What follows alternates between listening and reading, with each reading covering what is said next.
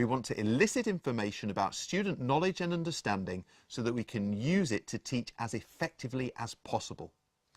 There are lots of different ways we can do this, and in fact we do it very often just as the result of our normal teaching. When we're observing students in class, we're eliciting information by looking at them and seeing how they're responding to the work. When we mark student books, we're eliciting information about what they can do and how effectively they can do it. But there are other tools we can use as well. For example, hinge and diagnostic questioning. This is where we use questions to gauge learning in the class as a whole very quickly and very effectively. For example, we might pose a diagnostic question such as, how do you feel about the learning at this point in time?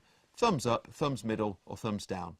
And instantly we have information about the whole class, and we can use that to adapt the lesson, make interventions, and so forth. Another tool we might try is to develop activities which allow us to circulate.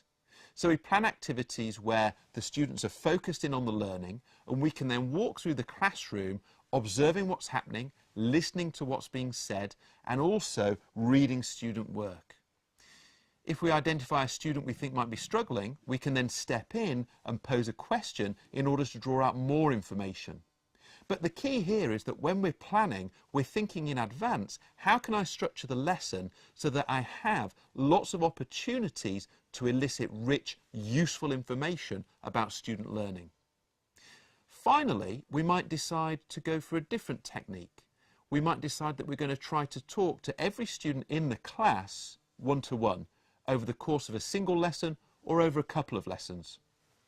So for example, a philosophy teacher teaching an A-level class might decide they're going to speak one-on-one with every learner in that class over 2 consecutive lessons. Their aim is to gain a good understanding of how each learner is thinking about the key topic that's currently being studied through that one-to-one interaction.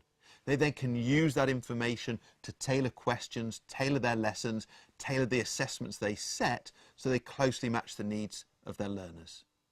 In conclusion, eliciting information means gaining access to student knowledge and understanding so you can tailor what you do in the classroom to the needs of your students and make it as effective as possible.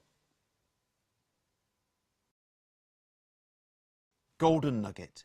If we have rich, timely information about student knowledge and understanding, we can tailor our teaching so that it closely matches student needs.